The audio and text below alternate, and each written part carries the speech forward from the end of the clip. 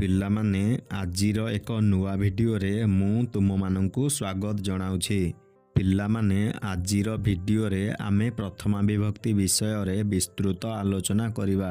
ତେବେ ଚାଲ ଆରମ୍ଭ କରିବା। ପିଲାମାନେ ଆଜିର ବିଷୟ ହେଉଛି କର୍ତ୍ତାକାରକ ପ୍ରଥମା ବିଭକ୍ତି, ଅର୍ଥାତ୍ ଆମେ ପ୍ରଥମା ବିଭକ୍ତି ବିଷୟରେ ଆଲୋଚନା କରିବା। ପ୍ରଥମା ବିଭକ୍ତିରେ କର୍ତ୍ତାକାରକ ପ୍ରୟୋଗ ହୋଇଥାଏ, ତେଣୁ କର୍ତ୍ତାକାରକ ସବୁବେଳେ ପ୍ରଥମା ବିଭକ୍ତି ହୋଇଥାଏ। ଏହାର ସଂକେତ ହେଉଛି ଟି, ବାଳକଟି, ଛାତ୍ରଟି, ବାଳିକାଟି ଇତ୍ୟାଦି। ପିଲାମାନେ ପ୍ରଥମେ ଆମକୁ କର୍ତ୍ତା କ'ଣ ଜାଣିବାକୁ ପଡ଼ିବ। କାର୍ଯ୍ୟ ସମ୍ପାଦନ କରୁଥିବା ବ୍ୟକ୍ତିକୁ କର୍ତ୍ତା କୁହନ୍ତି, ଅଥବା ଯିଏ ନିଜ କାର୍ଯ୍ୟର ସଞ୍ଚାଳନ କିମ୍ବା ଯାହା ଅନୁସାରେ କ୍ରିୟା ଚାଲେ ତାହାକୁ କର୍ତ୍ତା କୁହନ୍ତି। କର୍ତ୍ତାକାରକରେ ପ୍ରଥମା ବିଭକ୍ତିର ପ୍ରୟୋଗ ହୋଇଥାଏ। ଉଦାହରଣ ସ୍ୱରୂପ ବାଳକଃ କ୍ରୀଡ଼ତି। ଏଠାରେ ବାଳକ ହେଉଛି କର୍ତ୍ତା, କ୍ରୀଡ଼ତି ହେଉଛି କ୍ରିୟା। ଛାତ୍ରଃ ପଠତି। ଠିକ୍ ସେହିପରି ଏହି ବାକ୍ୟରେ ଛାତ୍ରଃ ହେଉଛି କର୍ତ୍ତା, ପଠତି ହେଉଛି କ୍ରିୟା। ସଃ ଫଳଂ ଖାଦତି। ସଃ ହେଉଛି କର୍ତ୍ତା, ଫଳଂ ହେଉଛି କର୍ମ, ଖାଦତି ହେଉଛି କ୍ରିୟା। ବର୍ତ୍ତମାନ ଏହାକୁ ଅତୀତ କାଳରେ ଦେଖିବା। ବାଳକଃ ଅକ୍ରୀଡ଼ନ୍। ଏହି ବାକ୍ୟରେ ବାଳକଃ ହେଉଛି କର୍ତ୍ତା, ଅକ୍ରୀଡ଼ନ୍ ହେଉଛି କ୍ରିୟା। ପରବର୍ତ୍ତୀ ବାକ୍ୟ ଛାତ୍ରଃ ଅପଠତ୍। ଏହି ବାକ୍ୟରେ ଛାତ୍ରଃ ହେଉଛି କର୍ତ୍ତା, ଅପଠତ୍ ହେଉଛି କ୍ରିୟା। ନେକ୍ସଟ ସଃ ଫଳଂ ଅଖାଦତ୍। ସଃ ହେଉଛି କର୍ତ୍ତା, ଫଳଂ ହେଉଛି କର୍ମ, ଅଖାଦତ୍ ହେଉଛି କ୍ରିୟା। ପିଲାମାନେ ବର୍ତ୍ତମାନ ଆମେ ଅନ୍ୟ ଉଦାହରଣ ସାହାଯ୍ୟରେ ଏହାକୁ ଭଲ ଭାବରେ ବୁଝିବା। ବର୍ତ୍ତମାନ ଆମେ ରାମଃ ଆଉ ଅହମ୍କୁ କର୍ତ୍ତା ରୂପେ ନେଇ ବର୍ତ୍ତମାନ ଉଦାହରଣ ଦେଖିବା। ପିଲାମାନେ ବର୍ତ୍ତମାନ ଆମେ ରାମଃ ଆଉ ଅହମ୍ ଶବ୍ଦକୁ କର୍ତ୍ତା ରୂପେ ନେଇ ଏହି ଉଦାହରଣକୁ ଦେଖିବା। ରାମଃ ବିଦ୍ୟାଳୟଂ ଗଚ୍ଛତି। ଏହି ବାକ୍ୟରେ ରାମଃ ହେଉଛି କର୍ତ୍ତା, ବିଦ୍ୟାଳୟଂ ହେଉଛି କର୍ମ, ଗଚ୍ଛତି ହେଉଛି କ୍ରିୟାପଦ। ରାମଃ ବିଦ୍ୟାଳୟଂ ଗଚ୍ଛତି। ଏହାର ଅର୍ଥ ହେଉଛି ରାମ ବିଦ୍ୟାଳୟକୁ ଯାଉଛି। ନେକ୍ସଟ ରାମଃ ଅଯୋଧ୍ୟାଂ ଗଚ୍ଛତି। ଏହି ବାକ୍ୟରେ ରାମଃ ହେଉଛି କର୍ତ୍ତା, ଅଯୋଧ୍ୟାଂ ହେଉଛି କର୍ମ, ଗଚ୍ଛତି ହେଉଛି କ୍ରିୟାପଦ। ରାମ ଅଯୋଧ୍ୟାକୁ ଯାଉଛି। ନେକ୍ସଟ ରାମଃ କାର୍ଯ୍ୟାଳୟଂ ଗଚ୍ଛତି। ଏହି ବାକ୍ୟରେ ରାମଃ ହେଉଛି କର୍ତ୍ତା, କାର୍ଯ୍ୟାଳୟଂ ହେଉଛି କର୍ମ, ଗଚ୍ଛତି ହେଉଛି କ୍ରିୟାପଦ। ଏହି ବାକ୍ୟର ଅର୍ଥ ହେଉଛି ରାମ ଅଫିସକୁ ଯାଉଛି। ନେକ୍ସଟ ରାମଃ ବାଟିକାଂ ଗଚ୍ଛତି। ଏହି ବାକ୍ୟରେ ରାମଃ ହେଉଛି କର୍ତ୍ତା, ବାଟିକାଂ ହେଉଛି କର୍ମ, ଗଚ୍ଛତି ହେଉଛି କ୍ରିୟାପଦ। ଏହି ବାକ୍ୟର ଅର୍ଥ ହେବ ରାମ ବଗିଚାକୁ ଯାଉଛି। ନେକ୍ସଟ ରାମଃ କଟକଂ ଗଚ୍ଛତି। ଏହି ବାକ୍ୟରେ ରାମଃ ହେଉଛି କର୍ତ୍ତା, କଟକଂ ହେଉଛି କର୍ମ, ଗଚ୍ଛତି ହେଉଛି କ୍ରିୟାପଦ। ଏହି ବାକ୍ୟର ଅର୍ଥ ହେଉଛି ରାମ କଟକକୁ ଯାଉଛି। ନେକ୍ସଟ ରାମଃ ଗୃହଂ ଗଚ୍ଛତି। ଏହି ବାକ୍ୟରେ ରାମଃ ହେଉଛି କର୍ତ୍ତା, ଗୃହଂ ହେଉଛି କର୍ମ, ଗଚ୍ଛତି ହେଉଛି କ୍ରିୟାପଦ। ଏହି ବାକ୍ୟର ଅର୍ଥ ହେଉଛି ରାମ ଘରକୁ ଯାଉଛି। ନେକ୍ସଟ ରାମଃ ମନ୍ଦିରଂ ଗଚ୍ଛତି। ଏହି ବାକ୍ୟରେ ରାମଃ ହେଉଛି କର୍ତ୍ତା, ମନ୍ଦିରମ୍ ହେଉଛି କର୍ମ, ଗଚ୍ଛତି ହେଉଛି କ୍ରିୟାପଦ। ଏହି ବାକ୍ୟର ଅର୍ଥ ହେଉଛି ରାମ ମନ୍ଦିରକୁ ଯାଉଛି। ପିଲାମାନେ ବର୍ତ୍ତମାନ ଆମେ ଅହମ୍କୁ କର୍ତ୍ତା ନେଇ ଏହି ଉଦାହରଣକୁ ଦେଖିବା। ଅହମ୍ ବିଦ୍ୟାଳୟଂ ଗଚ୍ଛାମି। ପିଲାମାନେ ଏଠାରେ ଅହମ୍ ଉତ୍ତମ ପୁରୁଷ ହେଇଛି, ତେଣୁ କ୍ରିୟା ମଧ୍ୟ ଉତ୍ତମ ପୁରୁଷ ହୋଇଛି। ଏହି ବାକ୍ୟରେ ଅହମ୍ ହେଉଛି କର୍ତ୍ତା, ବିଦ୍ୟାଳୟଂ ହେଉଛି କର୍ମ, ଗଚ୍ଛାମି ହେଉଛି କ୍ରିୟାପଦ। ଏହି ବାକ୍ୟର ଅର୍ଥ ହେଉଛି ମୁଁ ବିଦ୍ୟାଳୟକୁ ଯାଉଛି। ନେକ୍ସଟ ଅହମ୍ କାର୍ଯ୍ୟାଳୟଂ ଗଚ୍ଛାମି। ଏହି ବାକ୍ୟରେ ଅହମ୍ ହେଉଛି କର୍ତ୍ତା, କାର୍ଯ୍ୟାଳୟଂ ହେଉଛି କର୍ମ, ଗଚ୍ଛାମି ହେଉଛି କ୍ରିୟାପଦ। ଏହି ବାକ୍ୟର ଅର୍ଥ ହେଉଛି ମୁଁ ଅଫିସକୁ ଯାଉଛି। ନେକ୍ସଟ, ଅହମ୍ ଅଯୋଧ୍ୟାମ୍ ଗଚ୍ଛାମି। ଏହି ବାକ୍ୟରେ ଅହମ୍ ହେଉଛି କର୍ତ୍ତା, ଅଯୋଧ୍ୟାମ୍ ହେଉଛି କର୍ମ, ଗଚ୍ଛାମି ହେଉଛି କ୍ରିୟାପଦ। ଏହି ବାକ୍ୟର ଅର୍ଥ ହେଉଛି ମୁଁ ଅଯୋଧ୍ୟାକୁ ଯାଉଛି। ନେକ୍ସଟ, ଅହମ୍ ବାଟିକାମ୍ ଗଚ୍ଛାମି। ଏହି ବାକ୍ୟରେ ଅହମ୍ ହେଉଛି କର୍ତ୍ତା, ବାଟିକାମ୍ ହେଉଛି କର୍ମ, ଗଚ୍ଛାମି ହେଉଛି କ୍ରିୟାପଦ। ଏହି ବାକ୍ୟର ଅର୍ଥ ହେଉଛି ମୁଁ ବଗିଚାକୁ ଯାଉଛି। ନେକ୍ସଟ, ଅହମ୍ କଟକମ୍ ଗଚ୍ଛାମି। ଏହି ବାକ୍ୟରେ ଅହମ୍ ହେଉଛି କର୍ତ୍ତା, କଟକମ୍ ହେଉଛି କର୍ମ, ଗଚ୍ଛାମି ହେଉଛି କ୍ରିୟାପଦ। ଏହି ବାକ୍ୟର ଅର୍ଥ ହେଉଛି ମୁଁ କଟକକୁ ଯାଉଛି। ନେକ୍ସଟ, ଅହମ୍ ଗୃହମ୍ ଗଚ୍ଛାମି। ଏହି ବାକ୍ୟରେ ଅହମ୍ ହେଉଛି କର୍ତ୍ତା, ଗୃହମ୍ ହେଉଛି କର୍ମ, ଗଚ୍ଛାମି ହେଉଛି କ୍ରିୟାପଦ। ଏହି ବାକ୍ୟର ଅର୍ଥ ହେଉଛି ମୁଁ ଘରକୁ ଯାଉଛି। ନେକ୍ସଟ, ଅହମ୍ ମନ୍ଦିରମ୍ ଗଚ୍ଛାମି। ଏହି ବାକ୍ୟରେ ଅହମ୍ ହେଉଛି କର୍ତ୍ତା, ମନ୍ଦିରମ୍ ହେଉଛି କର୍ମ, ଗଚ୍ଛାମି ହେଉଛି କ୍ରିୟାପଦ। ଏହି ବାକ୍ୟର ଅର୍ଥ ହେଉଛି ମୁଁ ମନ୍ଦିରକୁ ଯାଉଛି।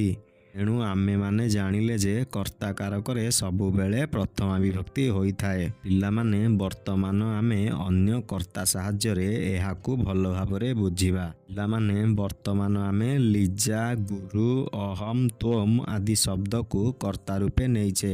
ଠିକ୍ ସେହିପରି ବେଦ, ଭଗବତ ଗୀତା, କବିତା, ରାମାୟଣ ଆଦି ଶବ୍ଦକୁ କର୍ମ ରୂପେ ନେଇଛେ। ତା ସହିତ ପଠତି, ପଠାମି, ପଠସି ଆଦି କ୍ରିୟାପଦ ନେଇଛେ। ପିଲାମାନେ, ବର୍ତ୍ତମାନ ଆମେ ଲିଜାକୁ କର୍ତ୍ତା ନେଇ ଆଲୋଚନା କରିବା।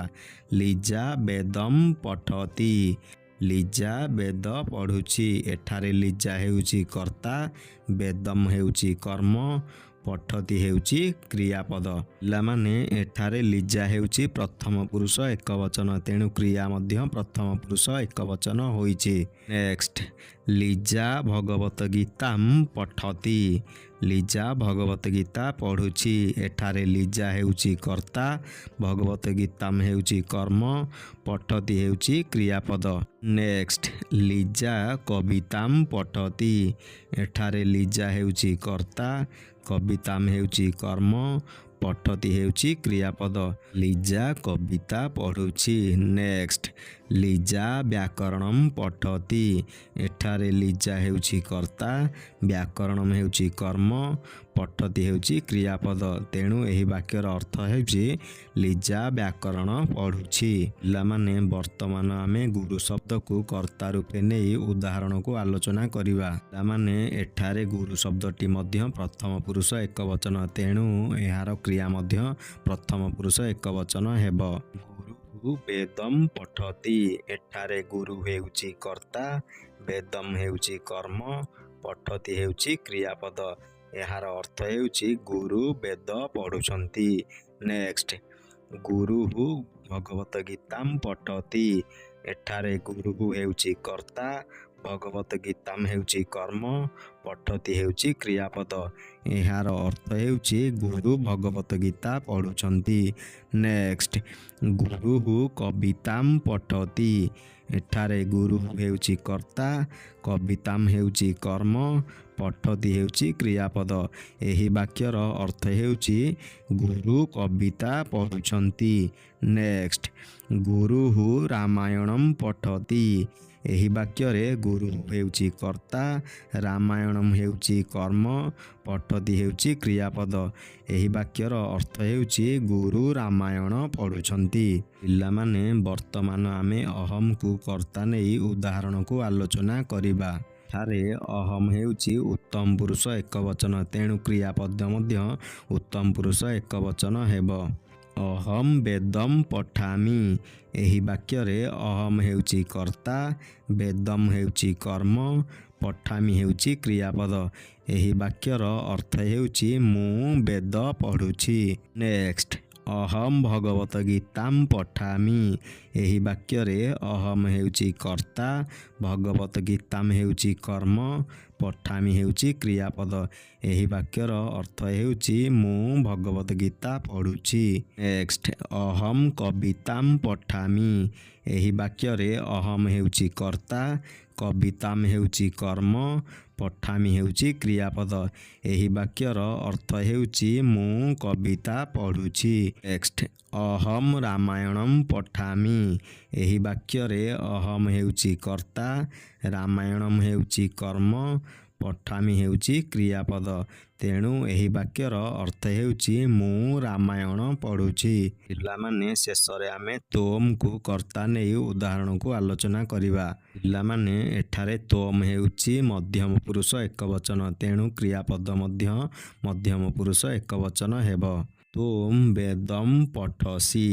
ଏଠାରେ ତୋମ୍ ହେଉଛି କର୍ତ୍ତା, ବେଦମ୍ ହେଉଛି କର୍ମ, ପଠସି ହେଉଛି କ୍ରିୟାପଦ। ଏହି ବାକ୍ୟର ଅର୍ଥ ହେଉଛି ତୁମେ ବେଦ ପଢ଼ୁଛ। ନେକ୍ସଟ ତୋମ୍ ଭଗବତ ଗୀତାମ୍ ପଠସି। ଏଠାରେ ତୋମ୍ ହେଉଛି କର୍ତ୍ତା, ଭଗବତ ଗୀତାମ୍ ହେଉଛି କର୍ମ, ପଠସି ହେଉଛି କ୍ରିୟାପଦ। ଏହି ବାକ୍ୟର ଅର୍ଥ ହେଉଛି ତୁମେ ଭଗବତ ଗୀତା ପଢ଼ୁଛ।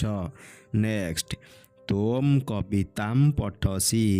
ଏହି ବାକ୍ୟରେ ତୋମ୍ ହେଉଛି କର୍ତ୍ତା, କବିତାମ୍ ହେଉଛି କର୍ମ, ପଠସି ହେଉଛି କ୍ରିୟାପଦ। ଏହି ବାକ୍ୟର ଅର୍ଥ ହେଉଛି ତୁମେ କବିତା ପଢ଼ୁଛ। ନେକ୍ସଟ ତୋମ୍ ରାମାୟଣମ୍ ପଠସି। ଏହି ବାକ୍ୟରେ ତୋମ୍ ହେଉଛି କର୍ତ୍ତା, ରାମାୟଣମ୍ ହେଉଛି କର୍ମ, ପଠସି ହେଉଛି କ୍ରିୟାପଦ। ଏହି ବାକ୍ୟର ଅର୍ଥ ହେଉଛି ତୁମେ ରାମାୟଣ ପଢ଼ୁଛ। ବର୍ତ୍ତମାନ ଆମେ କିଛି ସାଧାରଣ ଉଦାହରଣକୁ ଦେଖିବା। ବାଳଃ କ୍ରୀଡ଼ତି। ଏହି ବାକ୍ୟରେ ବାଳଃ ହେଉଛି କର୍ତ୍ତା, କ୍ରୀଡ଼ତି ହେଉଛି କ୍ରିୟାପଦ। ନେକ୍ସଟ ଲତା ଭ୍ରମତି। ଲତା ହେଉଛି କର୍ତ୍ତା, ଭ୍ରମତି ହେଉଛି କ୍ରିୟାପଦ। ଲତା ବୁଲୁଛି। ନେକ୍ସଟ ଗୋପାଳଃ ହସତି। ଏହି ବାକ୍ୟରେ ଗୋପାଳଃ ହେଉଛି କର୍ତ୍ତା, ହସତି ହେଉଛି କ୍ରିୟାପଦ। ଏହି ବାକ୍ୟର ଅର୍ଥ ହେଉଛି ଗୋପାଳ ହସୁଛି। ନେକ୍ସଟ ଫଳମ୍ ପତତି। ଏହି ବାକ୍ୟରେ ଫଳମ୍ ହେଉଛି କର୍ମ, ପତତି ହେଉଛି କ୍ରିୟା। ନେକ୍ସଟ ରାମଃ ଖାଦତି। ଏହି ବାକ୍ୟରେ ରାମଃ ହେଉଛି କର୍ତ୍ତା, ଖାଦତି ହେଉଛି କ୍ରିୟାପଦ। ନେକ୍ସଟ ସଃ ଫଳମ୍ ଖାଦତି। ସେ ଫଳ ଖାଉଛି। ଏଠାରେ ସଃ ହେଉଛି କର୍ତ୍ତା, ଫଳମ୍ ହେଉଛି କର୍ମ, ଖାଦତି ହେଉଛି କ୍ରିୟାପଦ। ମୃଗୌ ତୀବ୍ରମ୍ ଧାବତଃ। ମୃଗ ଦୁଇଟି ଶୀଘ୍ର ଦୌଡ଼ୁଛନ୍ତି। ମୃଗୌ ହେଉଛି କର୍ତ୍ତା, ତୀବ୍ରମ୍ ହେଉଛି କର୍ମ, ଧାବତଃ ହେଉଛି କ୍ରିୟା। ନେକ୍ସଟ ତୌ ଧାବତଃ।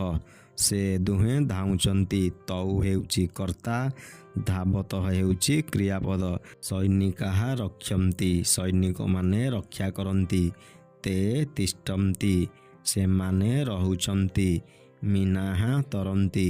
ମାଛମାନେ ପହଁରୁଛନ୍ତି। ଅହମ୍ ଅତ୍ର କ୍ରୀଡ଼ାମି।